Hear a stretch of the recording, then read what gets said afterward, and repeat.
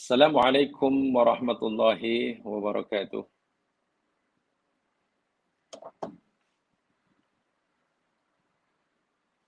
Bismillahirrahmanirrahim.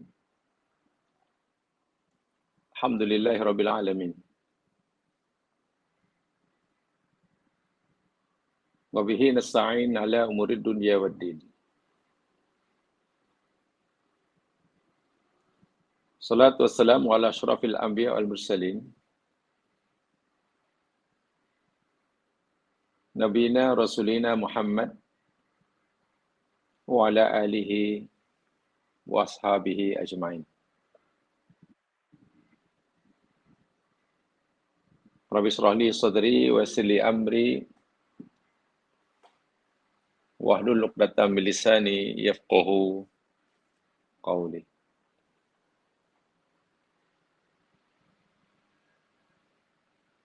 Allahumma 'allimna ma yanfa'una wanfa'na ma 'allamtana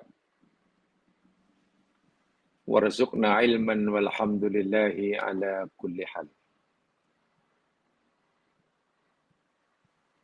Allahumma amin. Muslimin muslimat, para pendengar yang dirahmati Allah sekalian. Terus saja insyaAllah kita mulakan siri kajian tafsir kita surah Hud.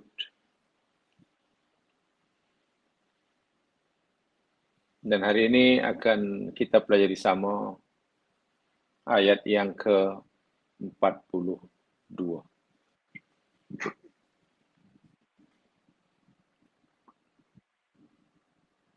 Setelah kita mengetahui sedikit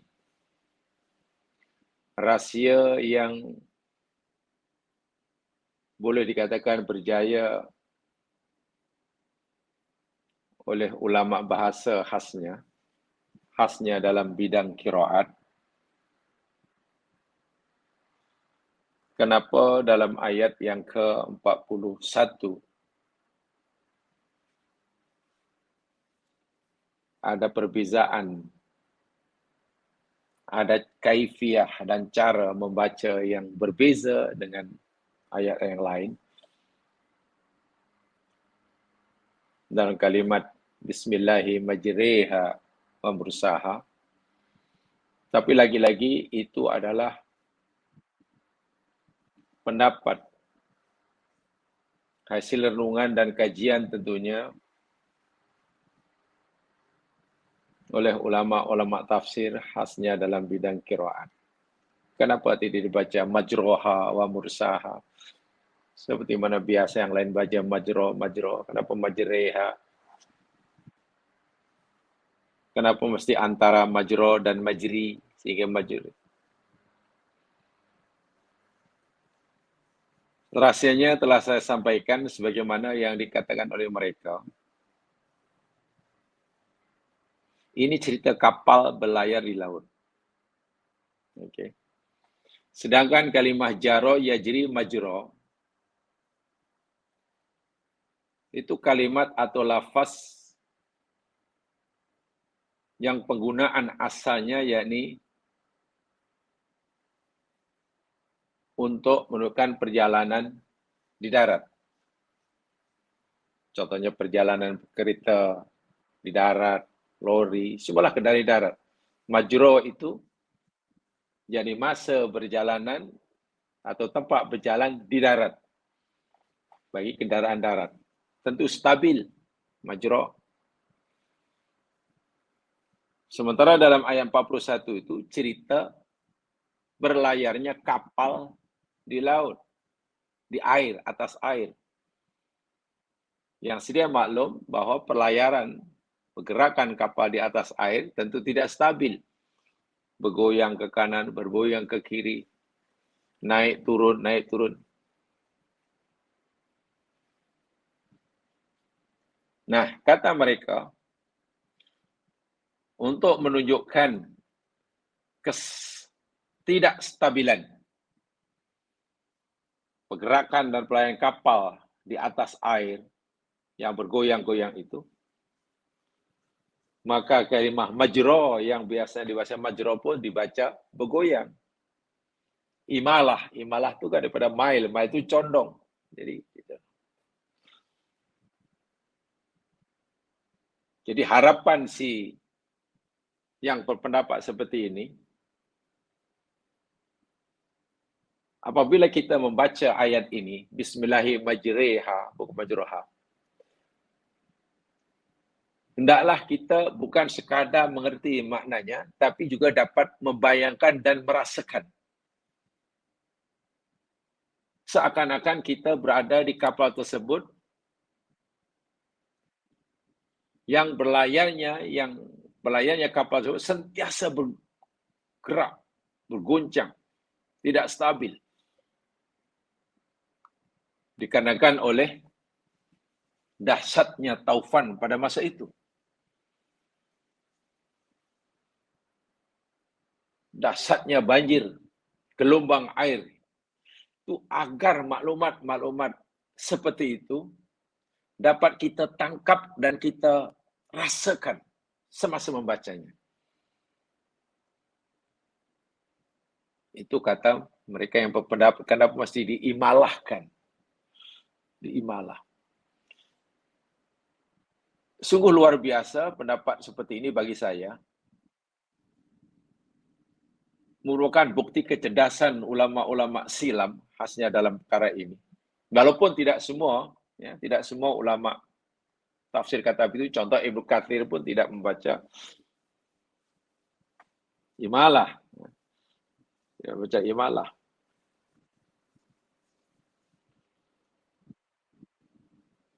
Saya katakan ini sangat cerdas dalam memahami karena mereka ingin menghadirkan suasana, keadaan kapal dan juga perasaan yang dirasai oleh penumpang kapal saat itu ke dalam hati kita bila kita membaca kisahnya. Inilah yang bagi saya satu kecerdasan mereka dalam memahami. Walaupun saya ulangi, tidak semua ulama tafsir melihatnya seperti itu. Tapi yang pasti, ini usaha yang luar biasa, karena yang popular, bacaan yang hingga hari ini, jadi bacaan Imam Asim itu. Wallahu a'lam. Baik, sekarang kita teruskan.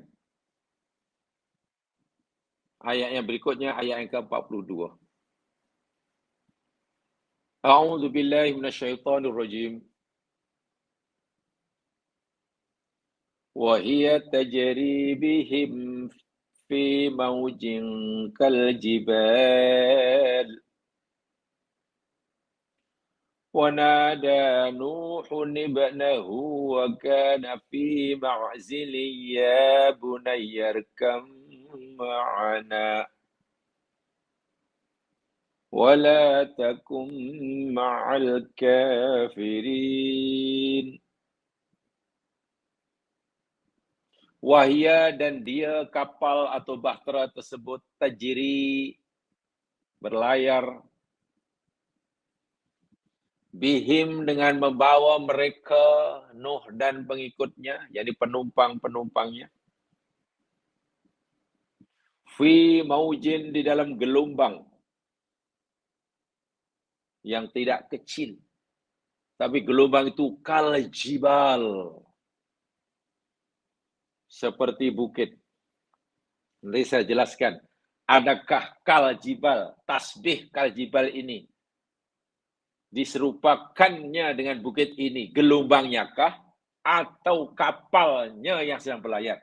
Nanti jelasannya. Wanada dan telah memanggil, menyeru Nuh, Nabi Nuh, oleh Nuh, ibnahu akan anaknya, anak lelaki. Wakana sedangkan adalah dia anaknya itu fi ma'zilin, Makzil yakni tempat yang tersembunyi, yang terasing. Kata Nabi Nuh, ya bunayya, wahai anak kesayanganku, irkam ma'ana. Irkab, naik, tumpang. Rokibai irkab, naik. Ma'ana, bersama kami.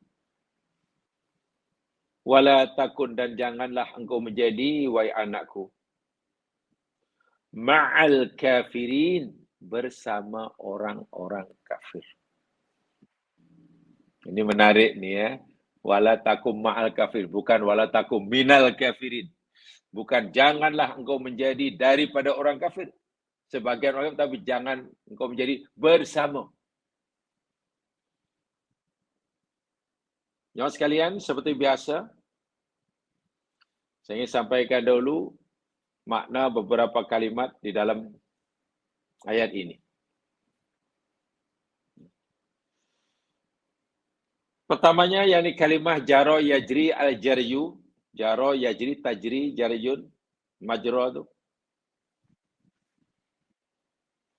Di dalam Al-Quran, kalimah jaro yajri yang bermakna kalau, ya bukan berlari,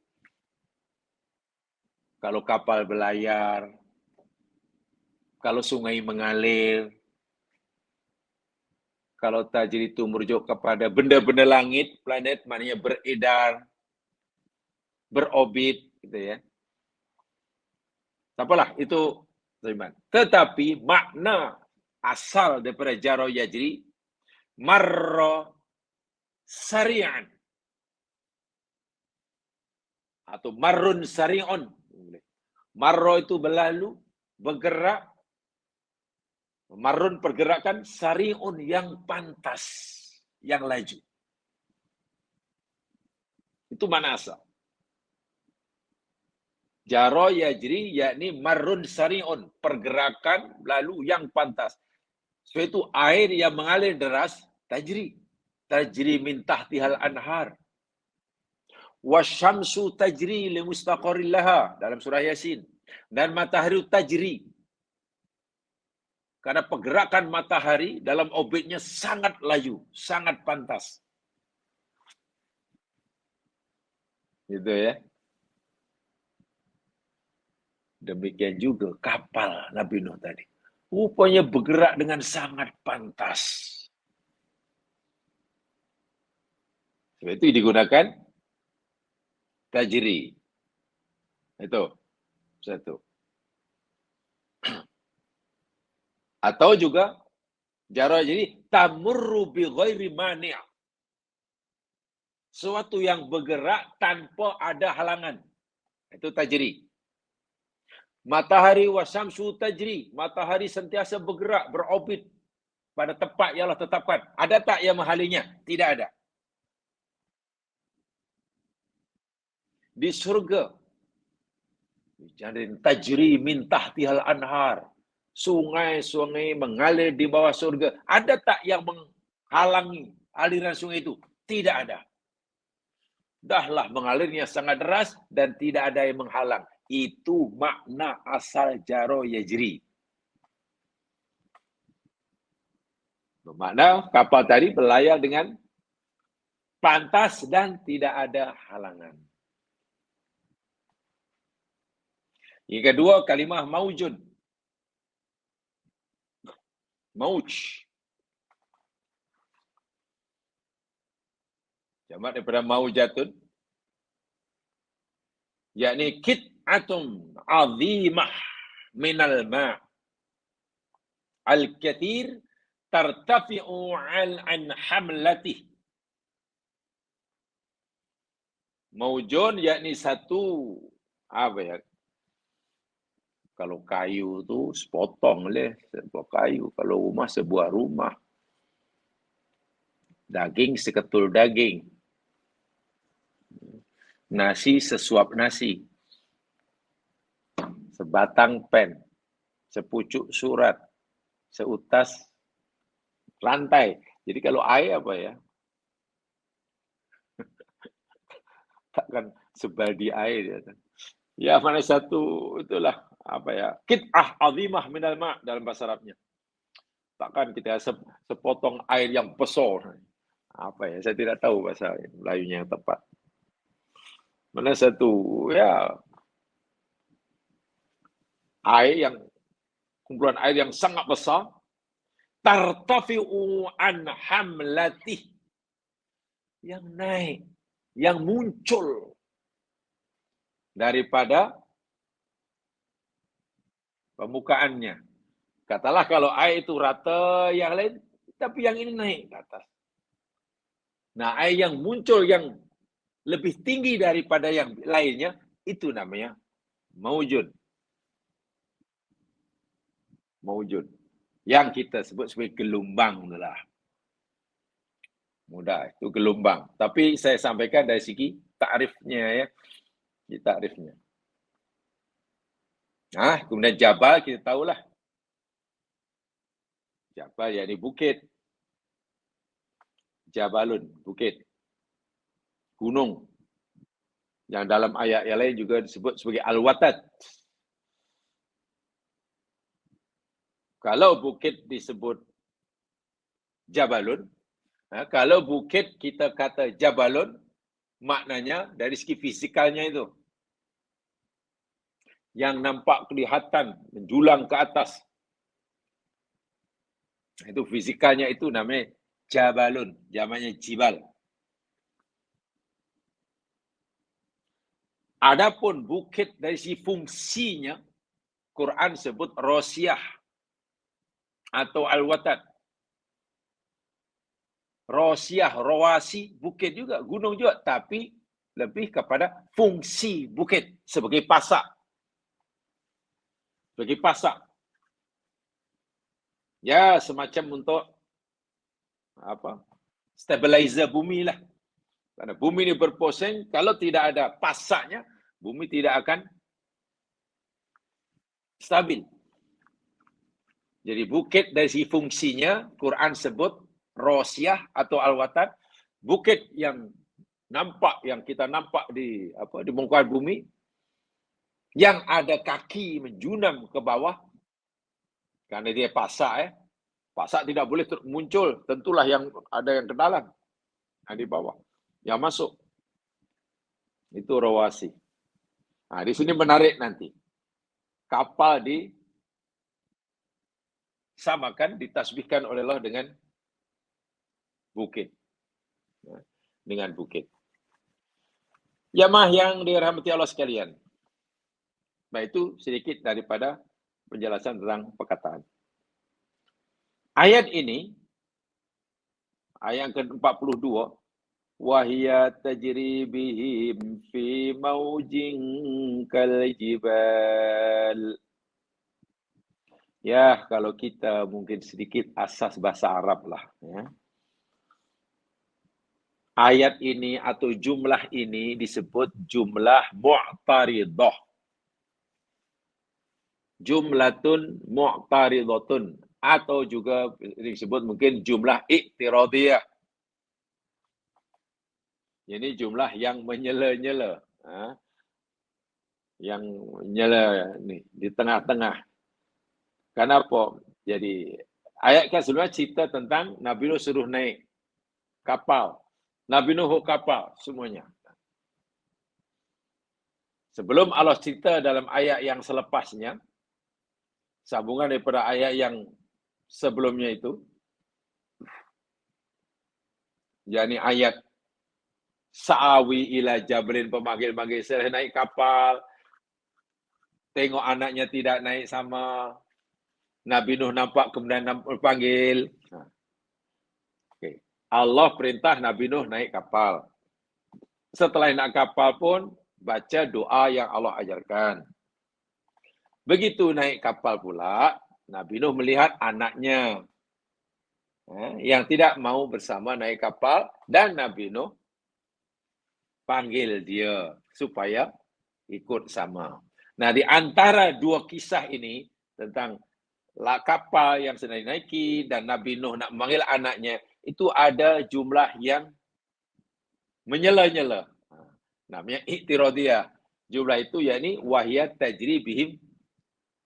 fi maujin kajibal. Kapal itu berlayar membawa mereka seperti bukit. Seperti bukit. Ini namanya jumlah iktirodiyah. Iktirodiyah. Tetapi menariknya, wahiyat tajri, yakni dalam bentuk jumlah ismiyah, ya mubtada tajri khobar.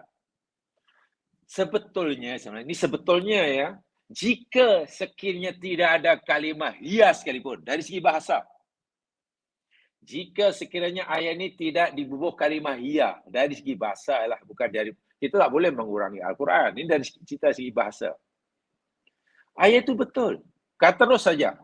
Wa tajri bihim fi maujin kalajibal. Sudah. Dan dia berlayar, dia itu pasti kapal yang disebut dalam ayat sebelumnya lah. Kenapa disebut juga hiya dan dia? Wahal dalam kalimat tajri pun sudah ada hiya. Kan dhamir mustatir dalamnya hiya ya. Nah ini jamaah sekalian, ada makna yang tersendiri yang hendak disampaikan. Ya ini disebutkannya hiya, apalagi letak depan, wahya tajri, bukan wat tajri hiya atau dalam bahasanya yakni quddimal musnad ilaihi 'alal khabaril fi'li, kalau dalam bahasa Arabnya, yakni li taqawwil hukmi wa tahqiqihi, untuk menguatkan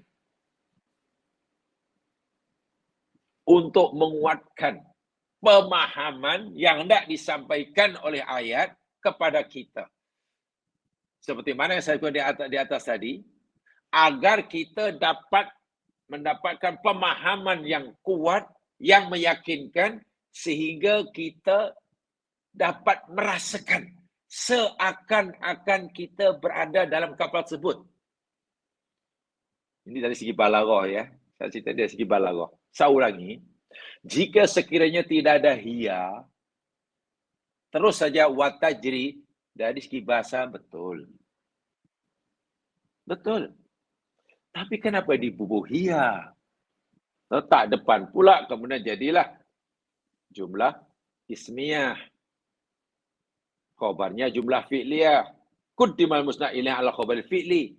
Tujuannya rupanya yakni li taqawwil hukmi wa tahqiqihi.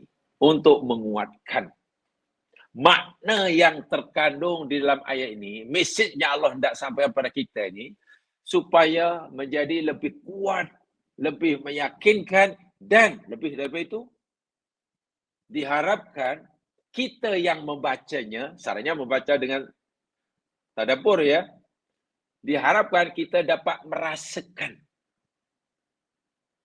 seakan-akan kita adalah sebagian, salah seorang dari penumpang kapal itu dan sedang merasakannya. Di mana kapal itu bergoyang-goyang, di mana betul-betul gelombang nampak kita dapat membayangkanlah begitulah. Seakan-akan kita berada di dalam kapal itu. Dahlah kapalnya, tapi selamat. Sentiasa bergoyang, naik turun, bahkan kemudian nampak gelombang. Kalau kita dapat rasakan itu, ya tentulah membaca kita lebih khusyuk. Lebih khusyuk. Saya nak bagi satu contoh lah. Coba jamaah lihat ya, ayat ini. Ini sekadar contoh.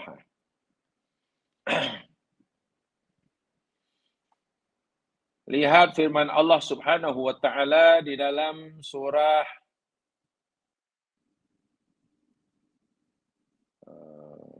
Tayyibah.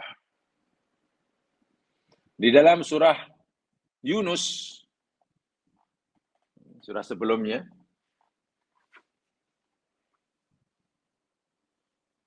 coba ya lihat ya, surah Yunus ayat surah sebelumnya, ayat yang ke-22. Ini saya beri contoh. Memang tidak mudah ya, ini kaitannya dengan balaghah.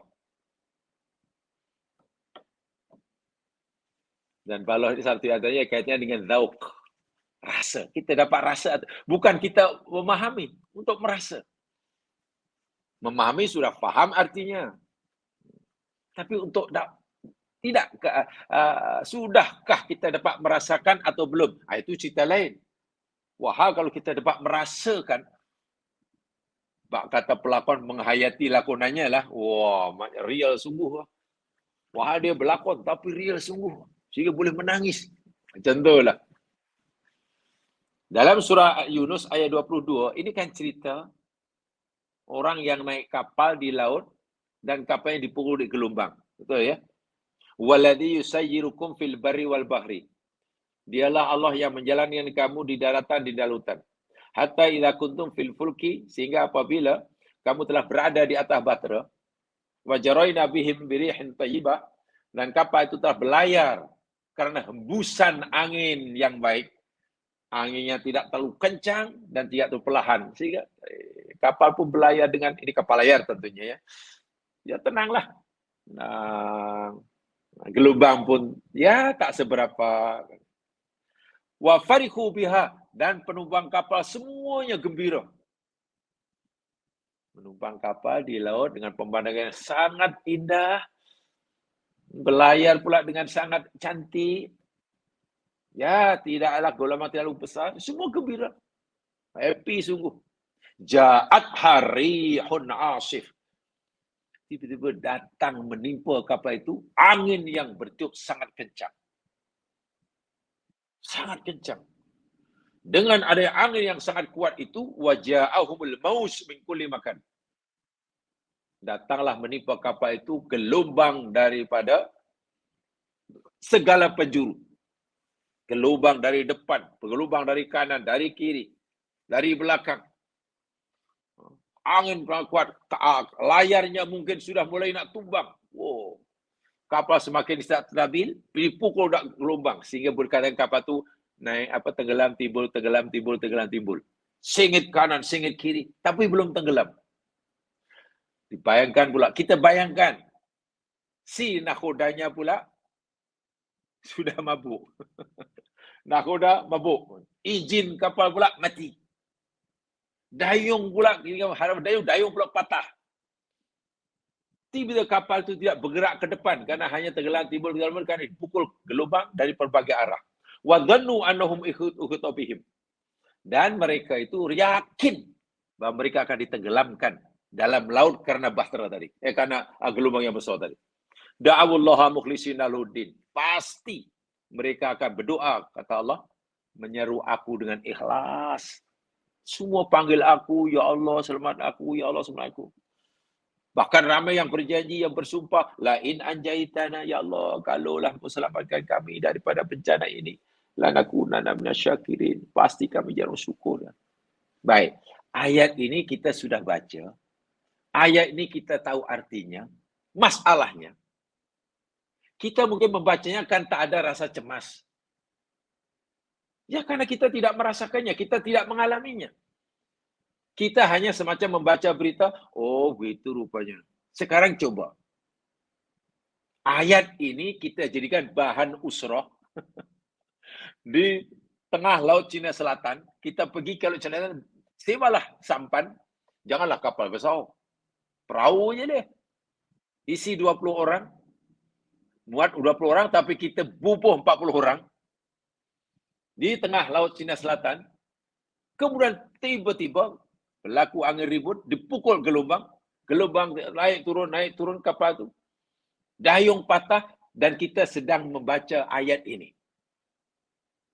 Saya yakin kita bukan sekadar mengerti maknanya, tapi kita dapat merasakan betapa tepat dan betulnya firman Allah. Karena kita merasakannya. Kalau kita memahami, mungkin kita yakinlah. Tapi kalau apa yang kebenaran yang Allah firman itu kita dapat merasakannya, itu nama tahqiq itu macam itu ya mas sekalian. Taqwiyatul hukmi wa tahqiqihi itu maksudnya macam itu. Bukan sekadar dapat memahami, mengerti, tapi dapat merasakan. Sehingga waktu itu, ya mungkin terjemahannya pun lupa. Mungkin kalau kita suruh baca ayat ini dalam keadaan di tengah lautan tenggelam, timur tenggelam, mungkin kita lupa ayatnya. Suruh terjemahkan pun tak ingat. Karena kita sedang Wow, betul-betul merasakan. Nah, ini apa yang saya maksudkan tadi, faedah rahasia kenapa ayat itu ditambah dengan ya di depan. Walhal dari segi bahasa, jika tidak ada ya pun sudah betul. Ini kita bukan mempertiaikan ayat itu sebetul tak betul. Betul. Dan memang kita tidak boleh buang ya. Walaupun dari segi bahasa Arab, betul. Kalau kita belajar bahasa Arab tak payah ya pun betul, begitu maksudnya. Tapi kan di Quran kita tak boleh buang. Apalagi ada makna yang sedalam itu. Ada mesej yang tidak disampaikan seperti itu kepada kita sebagai mukhatab. Tapi kan tidak mudah. Bila kita kaji ayat ini, macam sekarang. Katalah kita baca surah Yunus tadi kan. Katalah yang kita bicara ini, katalah surah Yunus ayat 22 ini. Dan kita berada di rumah masing-masing. Jamaah mungkin duduk di rumah, di bilik ada aircon. Mungkin depannya ada minuman. Ada sarapan yang belum habis dimakan. Dan tidak merasa apa-apa guncangan. Ya kita hanya faham. Tapi tidak dapat merasakan. Untuk dapat merasakan itu, ya susah. Bukan mustahil, susah. Susah. Tapi coba kalau kita diterjunkan terus di tengah lautan. Dan kapal itu sedang baca Yasin hari-hari, katalah, dah hafal. Wa inna sa'nugrikhum fala sarikhalahum walahum yunqadun. Dan jika kami kendaki kapal yang kamu naiki ini, kami tenggelamkan. Kapal terbang yang kamu naiki, kami jatuhkan. Dan bila kami tenggelamkan kapal ini kami jatuhkan, fala sarikhalahum. Tak ada siapa yang boleh pergi tolongan buat kami. Walau yunqadun, dan mereka penumpang itu tak ada seorang pun yang dapat diselamatkan. Ayat itu kita faham. Baca betul makhrajnya. Maknanya sudah tahu. Faham kandungannya. Tapi adakah kita dapat merasakan? Coba kalau ayat itu kita baca, kita fahami, kita ingat, kita jadikan tajuk kuliah, usrah. Di dalam penerbangan kita, dalam pendengar jamaah pergi ke mana? Ke Hawaii ke? Menyeberangi lautan yang tak nampak pulau. Tiba-tiba kawan tu, air pokat kawan. Saya yakin ayat itu bukan lagi dapat kita fahami, tapi kita rasakan. Kita benar-benar dapat merasakan kebenaran, ketepatan firman Allah. Karena kita merasakannya. Bukan hanya memahaminya ya. Nah, itulah saya katakan rahasia ditambah ya di depan tu. Dalam tak dalam maksudnya. Sangat dalam. Sangat dalam. Walhal, saya ulangi sekali, dari segi bahasa, tata bahasa Arab lah. Al-Qawaid Al-Arabiyah, Qawaidul Lughat Al-Arabiyah, Arabic Grammar, Arabia Gramatika, tak jadi masalah. Ada hiya, baru watajri pun boleh. Tapi Masya Allah. Nah, itulah Al-Quran. Patutlah Quran kata, nah, bila diingatkan apa nama idza dzukiru bi ayati rabbihim, apabila disebutkan dengan ayat Tuhan mereka, mereka tidak sujud dalam keadaan buta dan pekak dan buta. Mana faham, menggeletar, taksairu juluduhum, kulit mereka ini mengemang. Itu betul karena dapat merasakan. Memahami ayat lain. Merasakan kandungan ayat, benda yang lain. Quran maukan kita membaca itu dapat betul merasakan. Sehingga yang tersentuh hati kita. Bukan hanya sini. Itu perlu usaha lebih ya. Itu usaha lebih. Baik. Itu satu. Kemudian, ini juga lagi satu. Allah Subhanahu wa taala dalam ayat ini berfirman, wahiyat tajri bihim. Allahu Akbar. Wahiyat tajri. Tajri itu fi'il mudhari, ya mas sekalian. Jaro yajri. Fi'il mudhari. Mudhari itu yakni untuk apa dia? Untuk fi zamil hal wal hadir. Fi zamil hal wal mustaqbal, hadir mustaqbal. untuk menunjukkan berlakunya peristiwa itu sekarang dan nanti. Fi'il mudhari' itu menunjukkan berlakunya peristiwa itu berlaku sekarang dan nanti. Hal wal mustaqbal. Sementara untuk merujuk peristiwa yang telah berlaku pada masa yang lalu, guna madhi. Berlayarnya kapal Nabi Nuh, tenggelam timbul karena gelombang yang besar. Sengit kanan, sengit kiri, majriha, itu telah berlaku. Telah berlalu ribuan tahun yang lalu. Karena benda itu, peristiwa sudah berlaku, kenapa Allah kata kepada Muhammad, wahya tajri? Kenapa tak? Wahya jarot bihim. Katalah. Wahya jarot bihim fi maujin kal jibal.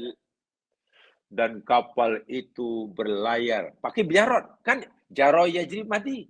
Pasten. Nah ini menarik juga ini. Kenapa digunakan mudhari'? Wah, benda itu dah berlaku. Nah, dari segi bahasa, balau jamaah sekalian. Bila peristiwa yang telah berlaku, ditakbirkan, diceritakan dengan fi'il sekarang, contohnya ayat ini, jarad tapi gunakan tajri, listihdharil hal. Listihdharil halah. Yakni, untuk menghadirkan. Istihdhar itu mendatangkan, menghadirkan suasana keadaan waktu itu supaya hadir dalam diri kita. Tadi saya sudah sebutkan. Apa yang dirasakan oleh penumpang kapal Nabi Nuh, bagaimana keadaan kapal pada zaman Nabi Nuh yang di wilayah itu, hendaklah keadaan itu, perasaan penumpang itu dapat kita hadirkan dalam hati kita. Sehingga kita dapat merasai, tadi saya perhatikan, seakan-akan kita salah seorang daripada penumpang itu. Atau beginilah bahasa mudahnya. Katalah kita salah seorang daripada penumpang kapal Nabi Nuh. Ribuan tahun berlalu. Dan hingga hari ini kita masih hidup, katakanlah. Jadi Allah melahirkan kita, umur kita panjang. Panjang sungguh. Hingga 5.000 tahun pokoknya. Sampai sekarang masih sehat. Dan kita cerita. Wahai anakku sekalian, dahulu Atok pernah gini-gini. Saya yakin kalau kita cerita tu, perasaan, pengalaman yang pernah kita alami, yang kita rasakan itu masih ada dalam diri kita. Nah itu namanya istihdhar, walaupun dia telah berlaku lama. Itulah maksudnya. Jadi seakan-akan Allah menceritakan kepada kita dengan fi'il mudhari ini supaya kita ini dapat merasakan keadaan waktu itu, bagaimana keadaan kapal itu, bagaimana perasaan hati penumpangnya, melihat semua dataran telah digenangi air, tinggal si bukit yang ujung bukit yang nampak itu pun akhirnya itu dahsyat sungguh. Ibarat kita jamaah sekalian mendengar cerita orang yang selamat daripada hantaman tsunami 2004 di Aceh. Lalu dia cerita pada kita, ya kita, iya Allah, ya cerita.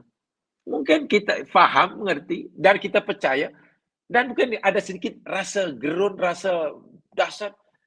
Beza perasaan itu dengan yang menceritakan, yang dia mengalami sendiri. Hanyutkan gelombang, tersangkut pokok. Pokok pula akhirnya tumbang karena derasnya air. Lalu tersangkut ke mana? 2 hari, 2 malam, masuk 3 hari, tidak makan. Terpaksa minum air kotor. Tapi Allah menyelamatkannya. Dan dia cerita juga.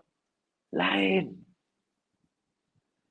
Nah, karena kita ini tidak termasuk mereka, bukan bagian daripada buang kapal, dan tidak ada pengalaman seperti itu, macam mana supaya kedahsyatan peristiwa itu, termasuk apa yang dirasakan oleh penumpangnya, saat itu dapat kita rasakan Bagi kita sekarang yang membaca sekarang, ribuan tahun selepasnya. Allah gunakan fi'il mudhari. So, mudhari itu tujuan untuk listighdharil halah. Tapi lagi-lagi tidak mudah. Tapi itulah yang dimaukan oleh Al-Quran bila kita baca Al-Quran. Bila kita baca Al-Quran, itu yang mungkin kalau kita nak membetulkan makhrajnya, mungkin sekali dua. Sudah betul. Wahiyya tajri bihim fi mawjin kaljibal. Ya, mungkin. Sudah betul walaupun mungkin kata yang baca tajwid masih banyak salah ucapan tadi. Tapi insya Allah membetulkan makhraj relatif lebih mudah. Bila salah. Memahami maknanya, mengerti artinya, insya Allah relatif lebih mudah. Tapi coba kita menghadirkan suasana, keadaan dalam hati kita sehingga kita dapat merasakan kedahsyatannya. Apalagi Allah gambarkan dia berlayar dalam mengarungi gelombang macam. Tidak mudah. Mari kita usahakan kita membaca Quran itu seperti itu nantinya. Sehingga mungkin tidak perlu banyak yang kita baca. Mungkin peruntukan masa khusus baca Al-Quran hingga seperti itu. Walaupun mungkin kita tak mampu baca satu juzu, mungkin tak mungkin lah. Mungkin beberapa ayat atau surat sudah. Karena ingin apa itu? Kata para sahabat dahulu, bila Nabi yang saat baca Al-Quran, cerita tentang surga, mereka semuanya nampak seakan-akan surga nampak. Bila baca apa cerita neraka, seakan-akanlah mereka nampak neraka. Sehingga nangis. Abu Bakar pernah cerita seperti itu kan. Jamaah sekalian. Coba lihat ayat ini. Sa'dah Bahiyah itu contoh ya. Istighdharul hal itu seperti inilah. Istighdharul hal. Dapat menghadirkan keadaan yang tidak ada pada waktu itu, tapi dapat dirasakan. Sehingga betul-betul menyentuh hatinya. Menyentuh hatinya. Lihat di dalam Al-Quran sebagai contoh. Mari kita lihat dalam surah An-Nisa.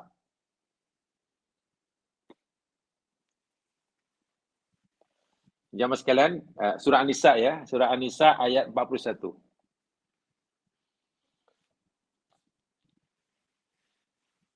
Inilah barangkali ya yang dimasukkan Quran itu bila dibaca boleh memberikan ketenangan dalam hati. Taksyairu juluduhum. Kulit mengemang bulu rumah. Hati jadi lembut. Apa dipanggil? Nabi bacakan surah Yasin di hadapan padri-padri utusan daripada Yaman, ingin dialog dengan Nabi tentang agama. Datang ke Madinah, Nabi sambut dengan bacaan Yasin. Baca Yasin dulu. Menangis mereka. Ketika Nabi baca surah Yasin, wadrib lahum mathalan ashabal qaryah ijal musal beru. Itu kan cerita utusan-utusan itu usul Allah untuk menyampaikan kalimat tauhid ke satu kampung. Mereka menangis, lalu mereka berkomentar, ma asbahadza bima nuzila ala Isa. Aduhai serupanya lah. Aduhai alangkah serupanya lah ayat yang kau baca dengan apa yang diberikan pada Isa. Mereka beriman, menangis mendengar Al-Quran. Karena bukan dapat, ya faham, tak betul-betul menjunam dalam hati dia. Merasa isi kandungan itu betul-betul. Jin pertama kali mendengar Al-Quran dibaca oleh Nabi. Nabi tak tahu yang rupanya ada jin yang mendengarnya. Terus beriman. Ini ya contohnya ini ya. Dalam surah An-Nisa. Jamaah sekalian, kan saya yakin sudah tahu ya. Walaupun Al-Quran ini diturunkan pada Rasulullah, kita yakin. Nabi ini suka juga jamaah sekalian, ingin mendengar Al-Quran dibaca oleh orang lain. Dan Nabi ingin menjadi pendengar. Kalau selama ini Nabi hanya menyampaikan Quran, yang sahabat mendengar. Sesekali Nabi ini teringinlah membaca Al-Quran, dibaca orang-orang. Jadi Nabi suruh sahabatnya, tolonglah kamu bacakan Al-Quran pada aku. Ya tentu seganlah pada mulanya sahabat. Ya Rasul, macam mana aku nak baca Al-Quran kepada engkau? Sudah Al-Quran itu kepada engkau. Oh, sudahlah. Kau baca sajalah. Aku ingin mendengarkan. Jadi Nabi ingin mendapatkan kepuasan rohani dengan cara yang lain pula. Kalau selama ini hatinya sudah sangat tenang, jiwanya sudah sangat gembira, bahagia dengan menerima Al-Quran dan menyampaikan Al-Quran, Nabi ingin mendapatkan nikmatnya mendengar Al-Quran dan menghayati isinya. Menghadirkan istidharul halah. Baca sahabat itu daripada ayat pertama, kedua, surah Nisa. Baca Nabi dengar khusyuk. Satu ayat demi ayat. Makin khusyuk. Setelah sampai ayat yang ke-41,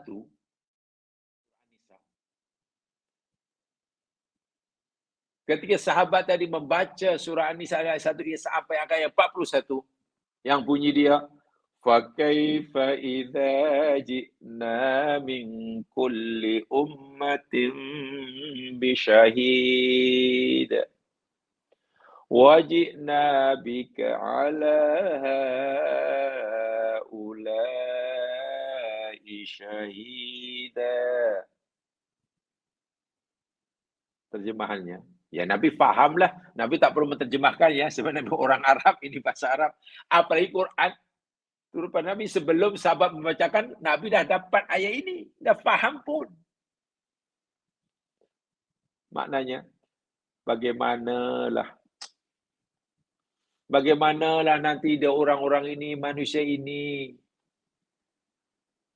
jika kami telah datangkan setiap umat itu seorang saksi. Umat dahulu kami datangkan saksinya di akhirat. Umat itu ada saksinya, kaum itu ada saksinya. Dan saksi ini para nabi lah. Semua nanti manusia ini akan aku hadapkan di depan pengadilanku. Bagi mempertanggungjawabkan perbuatan dan amalnya di dunia. Dan kami datangkan saksinya. Betul ke tak betul yang dikatakan itu? Kalau dia mengatakan kami pernah buat ini ya Allah, ini kami tak pernah buat ini ya Allah, karena dia tak mengaku buat salah. Saksi didatangkan. Saksi kata, oh tidak, dia bohong. Dia pernah buat maksiat. Ya Allah, kami menyembah engkau ya Allah. Orang ini kata itu maklum di akhirat. Betul ke dia kata menyembah aku ni? Saksi didatangkan. Betul. Dia bohong. Dia tidak sembah engkau ya Allah. Ya Allah, aku buat apa yang kau suruh ya Allah. Betul ke dia buat apa yang aku suruh? Saksi didatangkan. Tidak ya Allah, yang dia buat itu suka-suka dia, rekaan dia. Setiap umat, setiap kaum mandi ada saksinya. Dan saksi ini jemaah, Masya Allah. Dalam Al-Quran syahidkan sentiasa dengan Allah. Saksi bukan memihak kepada si tertuduh, tapi saksi berpihak kepada Allah. Kalau di dunia ini, saksi bagi pihak pendakwaan, bukan saksi bagi pihak pembelaan. Tentu yang diucapkan oleh saksi memberatkan si tertuduh. Setiap umat ada saksinya. Lalu wajibna bika ala haula'i syahida.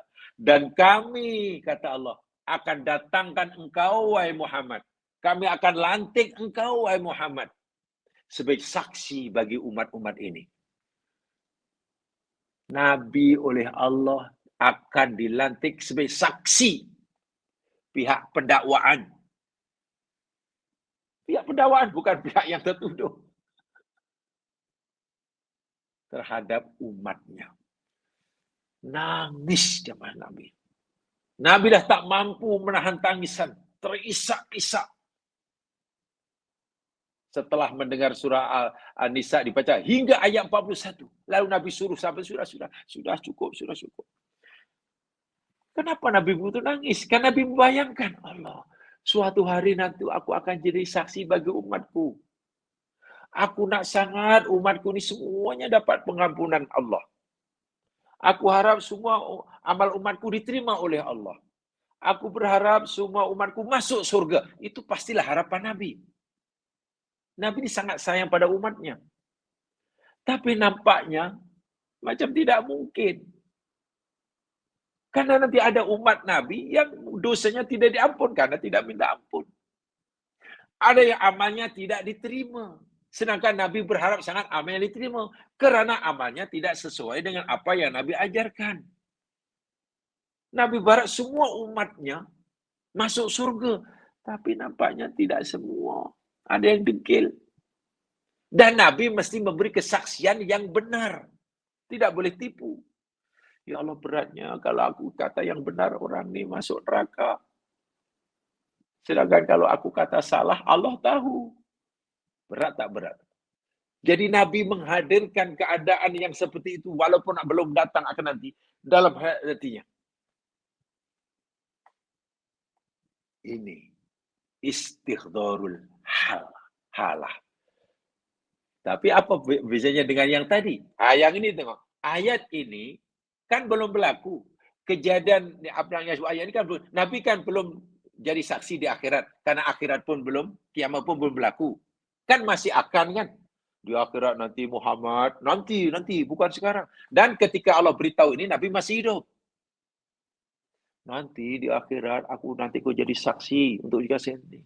Kalau boleh semua orang masuk surga, tapi Allah abarkan apa? Jadi Nabi tepat. Kalau boleh Nabi akan bagi semua umatnya syafaat. Kalau boleh aku nak bagi semua syafaat. Tapi Allah yang ini tak boleh. Yang ini tak layak, Allah tak benarkan. Akhirnya masuk neraka. Nabi rasanya tak sampai hati melihat umatnya masuk neraka. Dan Nabi ingin sekali memberikan syafaat. Malangnya Allah tak izinkan memberi syafaat pada orang itu. Nabi bayangkan. Ini yang akan Nabi rasakan. Nanti itu. Nanti. Sebab ini berlaku di akhirat. Tapi tengok ayatnya. Digunakan kalimat apa? Fi'il madhi. Pakai pada jikna. Jikna itu madi. Wajibna bika. Dan kami telah datang. Macam mana peristiwa yang akan berlaku? Allah takbirkan dengan fi'il madi. Dengan past tense. Yang tadi macam mana peristiwa yang telah berlaku? Sebenarnya fi'il madi. Tapi gunakan mudhari. Kan macam terbalikkan susunan dia. Sepatutnya kalau benda itu akan berlaku, peristiwa akan berlaku, gunalah fi'il mudhari. Itu nabu biasa ya mas sekalian. Biasa. Tidak salah. Jika peristiwa itu telah berlalu, ya ceritakanlah dengan fi'il madi. Inilah keistimewaan bahasa Al-Quran. Kalau bahasa kita mungkin tak betul lah. Kata saya begini. Ya, saya sudah makan. Dan saya pun sudah mandi, saya pun sudah tidur. Besok pagi. Kan boleh itu. Boleh itu. Ya, saya sudah bayar hutang saya. Saya sudah hutang itu minggu depan. Kalau sudah itu mestinya yang lalu lah. Quran tidak. Jadi, bila peristiwa keadaan itu akan berlaku, tapi ditakbirkan dengan fi'il madi, atau peristiwa sudah berlaku, tapi ditakbirkan dengan fi'il mudhari', satu di antaranya bukan satu-satunya ya. Satu di antaranya faedahnya, listihdharil halah. Saya sampaikan satu saja. Sebab ini kita bukan bicara tentang balaghah itu ya, bukan tentang itu. Kita juga tafsirnya. Supaya kita dapat menghayati ini. Akhirnya Nabi boleh menangis itu sebab itu. Oh, dapat. Dan itu tidak mudah. Tidak mudah. Nabi semalaman menangis. Hingga waktu subuh lambat keluar untuk jadi imam subuh. Bilal terpaksa memanggilnya. Masuk rumah, daripada izin nangis dan terus nangis. Ditanya, kenapa nangis ya Rasul? Allah murka ke? Allah nak timbulkan azab ke? Allah, oh tidak Bilal. Aku menangis dah lama dari malam tadi ke sekarang. Karena ayat yang aku terima malam tadi. Allahu Akbar. Ayat apa ya Rasul? Ayat yang inna fi khalqis samawati wal ardi wa ikhtilafil. Surah Ali Imran itulah. Bagi ayat 191 itu. Yang isinya bukan ayat azab. Isinya bukan ayat teguran Allah. Murka Allah bukan. Tidak. Kenapa Nabi menangis? Ya, Nabi dapat menghadirkan tuh. Sesungguhnya pencipta langit dan bumi silih pergantian siang dan malam. Tanda kebesaran Allah bagi ulul albab. Ulul albab yaitu orang yang sentiasa ingat Allah dalam keadaan berdiri, duduk, baring, dan sebagainya. Berfikir, memikirkan ciptaan Allah. Sehingga betul-betul nampak bahawa semua ciptaannya tidak ada yang sia-sia. Dia kata, Rabbana ma khalaqta hadza batilan. Subhanak fakinak. Nangis sepanjang malam. Kita baca mungkin tak ada apa-apa pun. Macam tak ada apa-apa pun ayat ini. Bukan kenapa mesti menangis ya.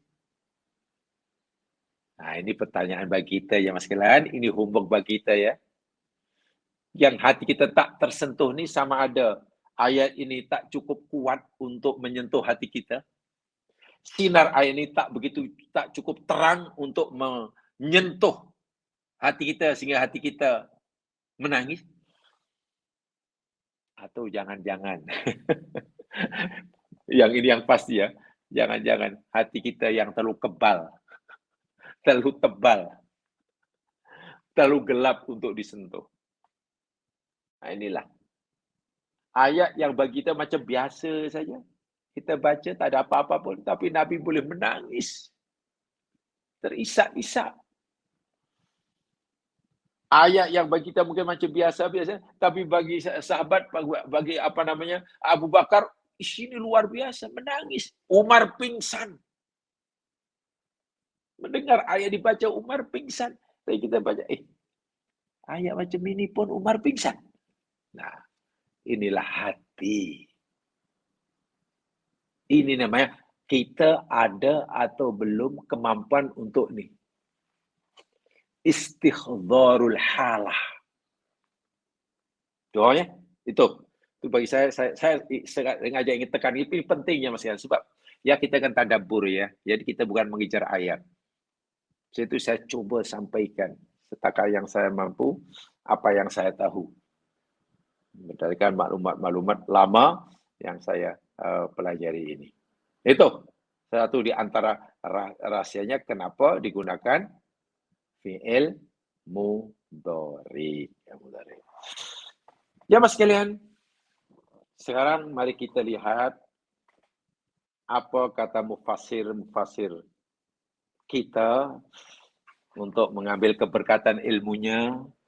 Mudah-mudahan kita mendapatkan keberkatan ilmunya dan mudah-mudahan semua saya mendapatkan ganjaran yang berterusan berkat ilmu yang beliau wariskan kepada kita.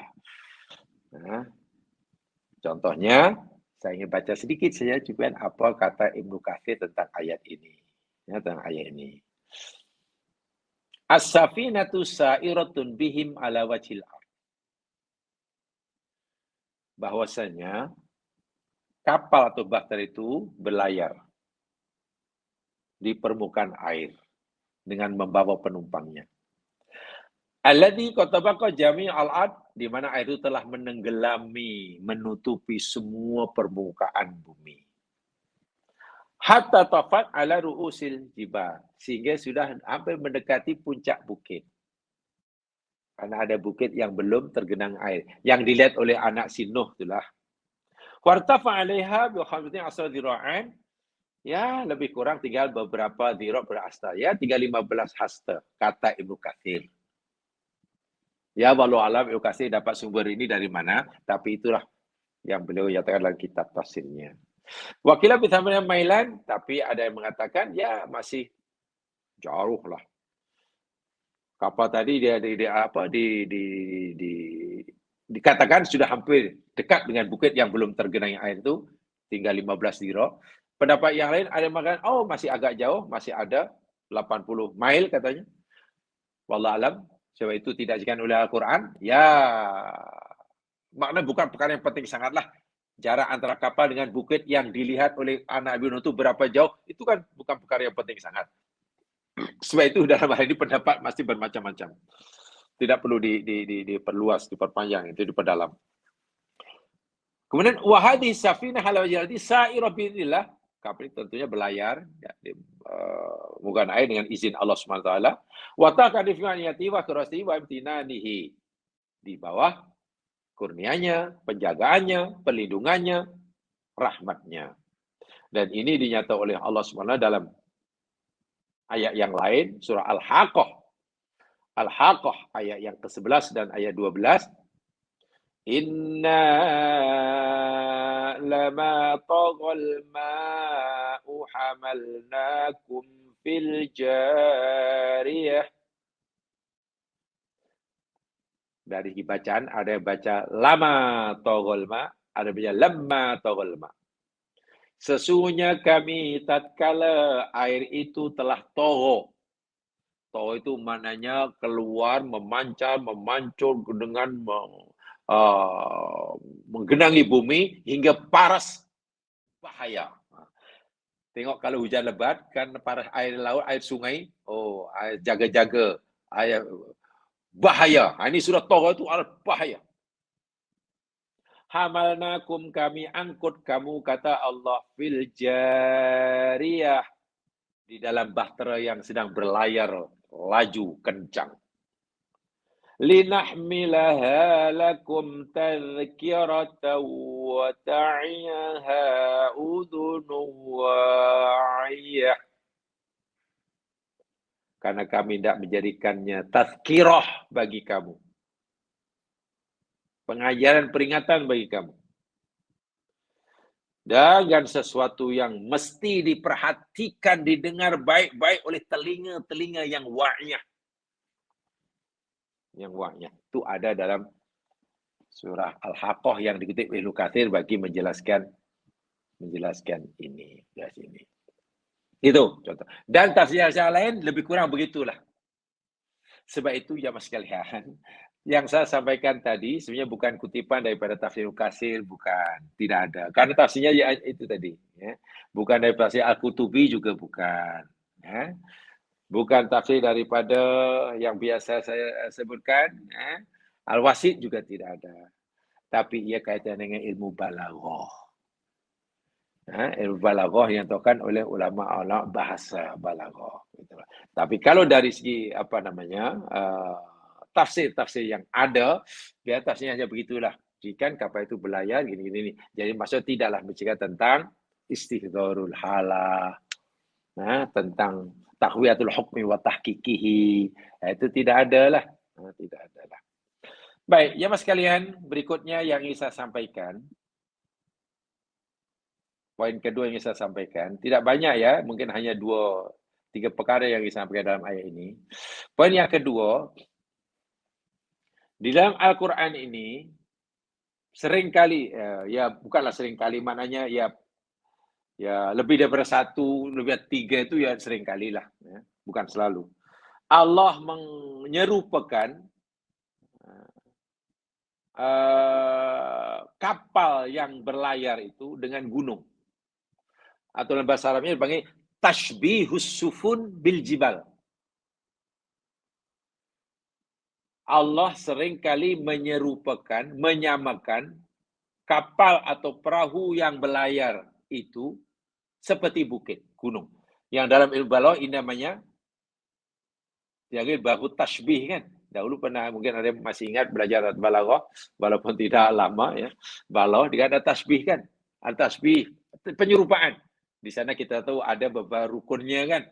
Ya, dan tasbih itu mesti ada musyabbah, ada musyabbah bih. Ya, ada tu tasbih dan ada wajhut tasbih. Ya. Jadi kalau kita kata namanya dia itu seperti mutiara. Dia seperti, dia itu seperti bulan purnama. Kan ada dia. Yakni musabah bi. Kemudian seperti, itu ada tuh tasbihnya. Mutiara, musabahnya, tapi tidak ada wajh tasbihnya. Segi penyerupaannya dari segi mana? Aspek serupa antara dia dengan bulan nama yang mana? Itu tidak sebut. Dan itu seringkali dalam Quran. Contoh dalam ini. Apa yang diserupakan? Kapal yang berlayar. Diserupakan dengan apa? Kaljibal. Juga dengan bukit. Apa adat atau huruf penyerupaannya? Kaf. Seperti. Tinggal satu pertanyaan. Dari aspek apa?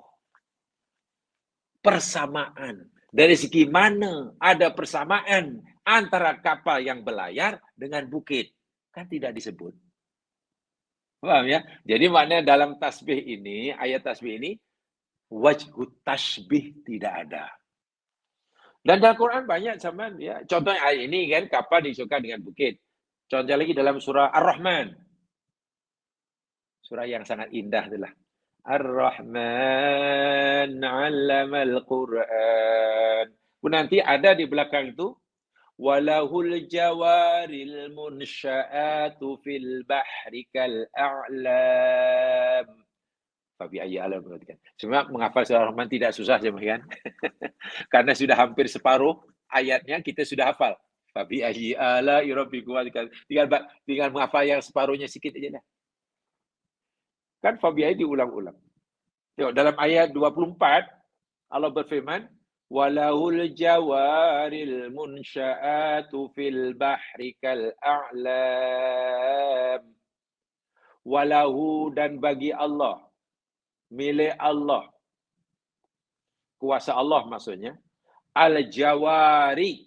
Jawari zaman daripada jariyah. Jariyah itu mana yang kalau di laut berlayar, kapal lah. Kalau yang di langit sana yang beredar. Kapal yang berlayar dengan laju. Al-munsya'atu yang penuh dengan muatan. Contohnya kapal-kapal kontainer. Ya Allah, ribuan tan. Mereka beratur tengok. Kiu panjang. Semua nak berlabuh. Di Port Kelang. Lihat je lah. Di Port Kelang. Besar, tinggi-tinggi. Munsya'at. Fil bahri, di lautan. Kal a'lam. Terjemahan bebas, kal a'lam seperti gunung. Alamun itu bendera yang mana pacak lah ini gunung. Nah ini kapal yang penuh dengan muatan disamakan dengan gunung. Dalam surah Asy-Syura ayat 32. Wa min ayatihil jawari fil bahri kal a'lam. Dan sebagian daripada tanda-tanda kebesaran Allah adalah kapal yang berlayar di lautan kal a'lam. Seperti bukit, gunung. Ya, jemaah sekalian ringkas kata, yang saya bacakan tadi ada 3 ayat di dalam Al-Quran, di mana Allah menyamakan kapal yang sedang berlayar penuh dengan muatan itu disamakan dengan bukit. Nah, disamakan dengan bukit. Maksudnya, dari segi tasbih, kaidah tasbih, penyerupaan, sudah memenuhi syarat lah. Syahadat tasbih kan mesti ada 4. Satu, mesti ada benda yang diserupakan. Ada benda yang diserupakan dengannya. Contohnya, kapal diserupakan dengan bukit. Dah ada 2 dah, musyabah dan ada alatnya, ada adatnya. Huruf penyerupaannya, yakni kaf, seperti. Tinggal satu, namanya wajhut tasbih. Aspek serupanya dari segi mana? Dari aspek apa kapal di lautan, penuh dengan muatan, dengan bukit itu persamaannya dari segi apa? Ini yang dalam 3 ayat yang saya bacakan ini tidak disebutkan. Ya sekalian, mungkin bagi orang awam seperti kita, oh iyalah, memang kapal itu macam bukit lah kalau kita tengok. Tapi coba kalau kita banyak pergilah ke dekat Port Kelang, tengok kapal yang nak berlabuh. Tak ada pun macam bukit. Terlalu kecil lah kalau dengan bukit. Tapi kalau kita tengok, katalah di dermaga, di pelabuhan, kapal pesiaran mewah, katalah banyak kapal yang itulah, krus yang mewah itulah kapal pesiaran. Kemudian berlabuh betul-betul di tepi, katalah di dek kita, ya memang macam besar lah. Tapi kan tidak berlayar. Itu kapal berhenti, berlabuh. Yang Quran kata kapal berlayar. Yang disamakan bukan kapal berhenti. Atau kapal di museum. Nah inilah ya mas sekalian yang saya nyatakan, yang saya katakan. Hingga hari ini sebenarnya ayat ini masih saja menjadi bahan berbincangan. Dalam bahasa saya, punya daya penarik yang tersendiri bagi pengkaji Al-Quran. Khasnya ayat-ayat yang berisikan maklumat kauniyah. Lebih-lebih ayat yang berisikan maklumat saintifik. Terus menjadi pusat kajian, perhatian mereka yang berkemampuan. Ada daya penariknya. Ya contohnya, kenapa Allah samakan kapal berlayar tadi seperti bukit? Bagi kita orang awam mungkin, iyalah memang besar macam bukit lah. Macam bukit. Oh, sungguh kapal tu. Tak nampak. Macam pulau bahkan. Yalah kita lihat kapal tu dekat sangat dan kapal tu berada di pelabuhan sedang berlabuh, berhenti. Tapi yang Quran samakan ini kapal berlayar di lautan. Yang disamakan dengan bukit. Kan lain kan. Lalu di mana segi persamaannya? Ada satu buku. Bukan buku lah, artikel di depannya. Yang mana ini seorang saintis daripada Al-Azhar University.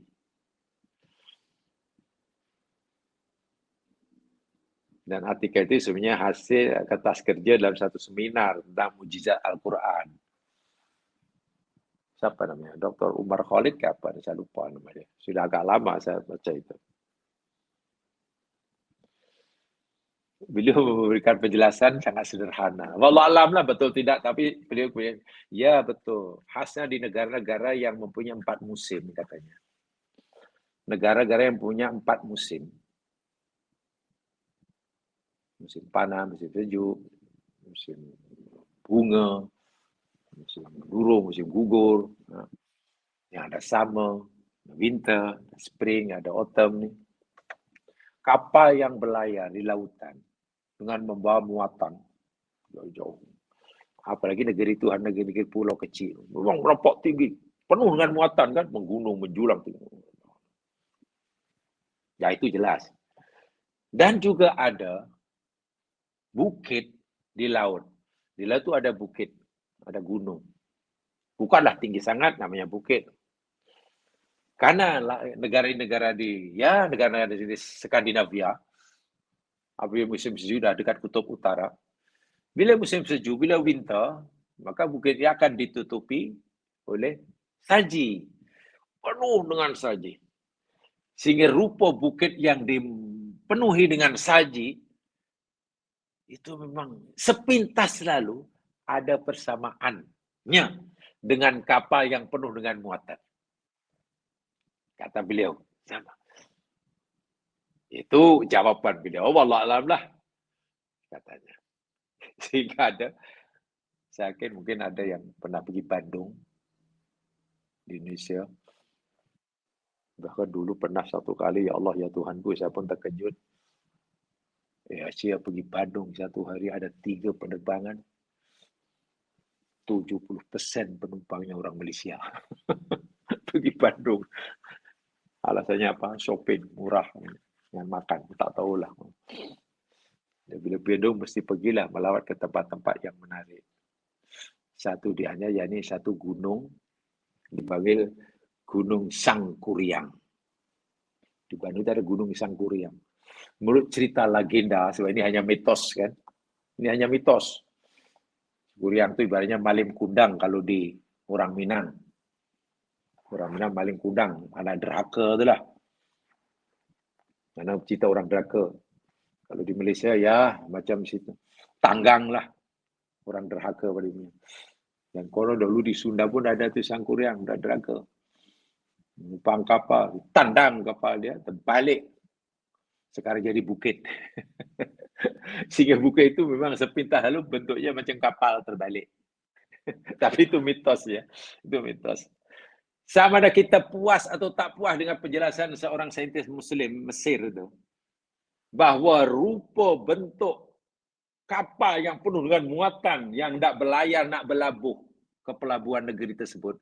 Dengan bukit yang ada di laut negeri tersebut ketika musim sejuk, ketika winter dipenuhi dengan salji, ya betul, hampir sama. Diambil gambarnya, mirip. Tapi nampaknya, ya kalau itu penjelasannya kurang saintifik lah. InsyaAllah, ya boleh diterima namanya pendapat. Terpulanglah namanya pendapat, boleh ada yang menerima, ada yang tidak. Tapi takkan Al-Quran menyampaikan, akan wahyu hanya berisikan perumpamaan seperti itu. Ya pasti punya maklumat yang lebih canggih lah. Nah, ada sedikit yang lebih canggih. Persamaan antara kapal yang sedang berlayar dengan bukit itu. Pesan yang dari segi saintifiknya, jam siang. Ingat ya, bukit ini kan satu di antara fungsinya tadi katakan pasak bumi ya, Rosia. Sehingga stabil. Bukit ini sangat stabil jam siang, tidak bergoyang. Bukit tidak bergoyang, tak ada bukit, tak ada lah. Kenapa? Karena panjang bukit yang nampak menjulang ke atas dengan yang menjunam ke bawah, itu yang ke bawah lebih panjang. 3 hingga 5 kali ganda. Kalau ada bukit seperti ini katalah, yang nampak di ke atas, yang masuk ke bawah ke bumi sebagai berfungsi pasak, itu 3 hingga 5 kali ganda. Sehingga bukit sangat kuat, kokoh. Tidak nampak goyang ditiup angin tak macam mana. Itu satu. Jadi sangat stabil. Sangat stabil. Kapal demikian juga jemaah sekalian. Satu di antara untuk memastikan kapal ini berfungsi dan stabil, walaupun goyang pun goyang tidak membahayakan lah. Mesti ada bagian kapal yang berada dalam air. Di samping ada kapal yang ada di atas air kan, ada badannya ada di atas, tapi ada yang masuk dalam air. Dan itu tanya pada engineer kapal. Tanya pada engineer kapal tu, yang sedang buat kapal tu lah. Sekarang di Malaysia sedang buat kapal tu. Yang jadi masalah negara tu lah. Mesti ada yang tenggelam sekian peratusnya berada ini. Dari segi saiznya sudah diambil kira, dari segi beratnya sudah ambil kira.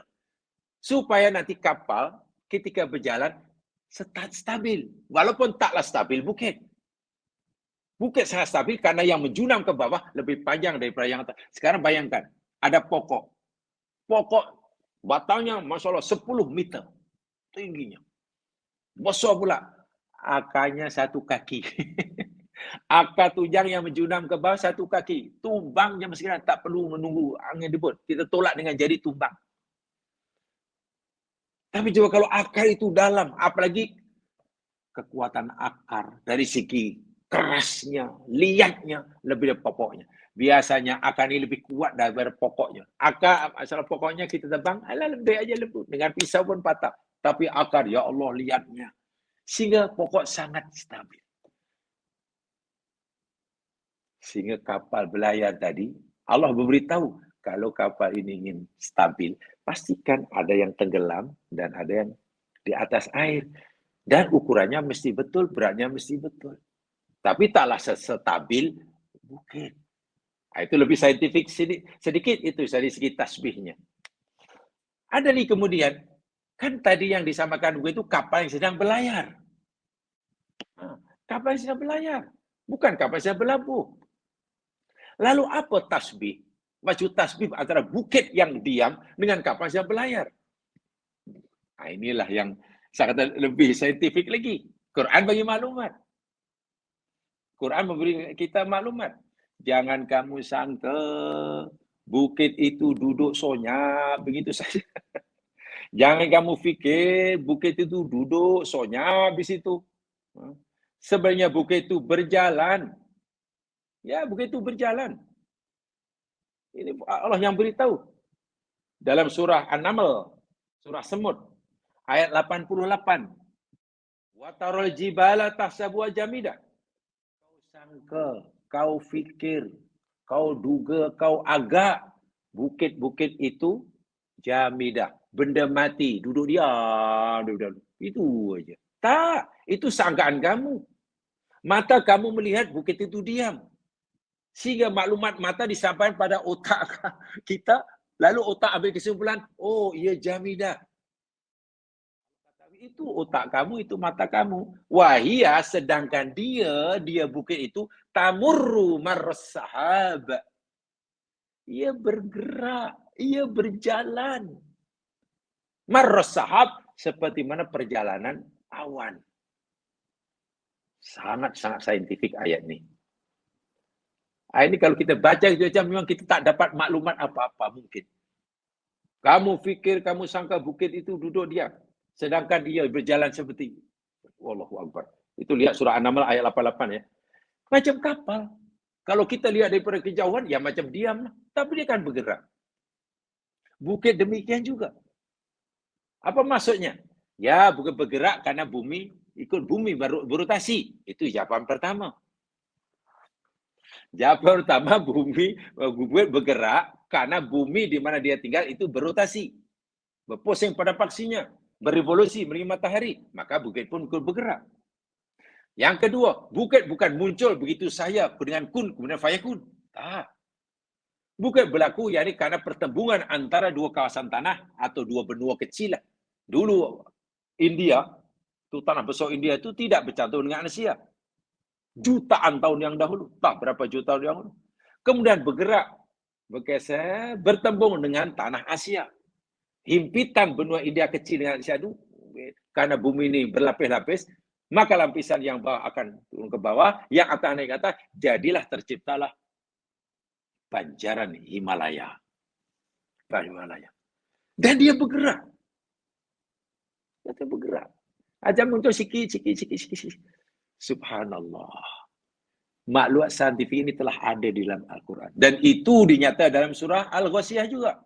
Wa ila jibali kaifa nusibat. Kamu tak perhatikan kan gunung bagaimana yang nusibat. Nusibat itu adanya suatu proses. Bukan dengan kun kemudian muncul setinggi Himalaya. Tapi mula tak nampak. Karena memang tidak ada. Betul, sikit. Itu mana nusibah kalau kita faham kalimat nasoba, nusibah lah. Dan banyak lagi maklumat saintifik. Yang pasti jemaah sekalian, Allah katakan seperti ini, yakni Allah menyuruh kita berfikir, itu sajalah. Jadi hendaklah kita pastikan ada kaitan antara agama dengan ilmu, kaitan dengan ilmu hasil pikiran kita, dengan kehidupan kita. Jangan terpisah. Agama dengan ilmu, dengan kehidupan kita ni jangan dipisahkan. Walaupun boleh dipisahkan. Dan bila kita dapat memadukan ketiga unsur ini, insya-Allah kita jadi tenang setenang dalam hidup. Kita benar-benar dapat bukan sekadar meyakini, tapi merasakan kehebatan Tuhan yang kita sembah. Kedahsyatan ciptaan alam yang dicipta buat kita. Dan seterusnya. Ucapan Allahu Akbar benar merupakan terjemahan, ungkapan rasa kagum terhadap Allah yang telah memenuhi jiwa kita. Hati kita lah dipenuhi kibria Allah karena kita tak mampu nak menanggungnya, lalu keluar ucapan itu Allahu Akbar. Kalau kita dapat seperti itu, subhanallah, itu nikmat yang sangat besar. Tapi perlu diusahakan. Saya yakin, kalau kita berusaha sedikit-sedikit, pasti Allah akan beri kita sesuai dengan kemampuan kita mengusahakannya. Ya sekalian, untuk sementara itu saya sampaikan. Kurang lebihnya mau dimaafkan. Mudah bermanfaat saya sampaikan. Alhamdulillah kalau berkongsi bersama. Mari tutup dengan bacaan Taufik Farah dan surah Al-Asr. Subhanakallahumma bihamdika asyhadu an la ilaha illa anta astaghfiruka wa atubu ilaik. A'udzu minasyaitonir rajim wal 'asri innal insana fi khusr. Illal ladzina amanu wa 'amilus shalihat wa tawasaw bil haqq wa tawasaw bis sabr. Assalamualaikum warahmatullahi wabarakatuh.